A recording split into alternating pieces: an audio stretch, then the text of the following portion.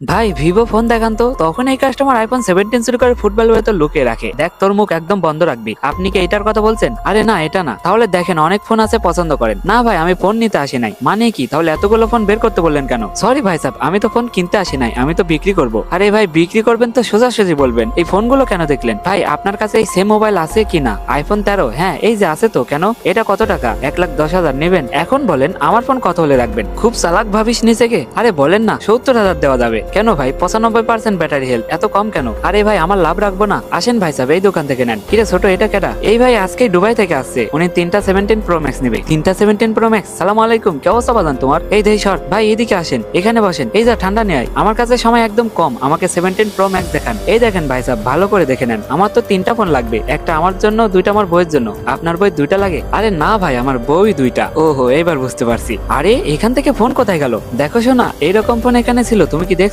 জি, আমার বাবা ফুটবলের ভেতর লুকিয়ে রাখছে। কই দেখি শোনা। আরে একদম সত্যি বলছো তুমি। দেখ তোর স্পেশাল ফুটবল, এই দেখ। কি এই হারাম করা চুরি করবি?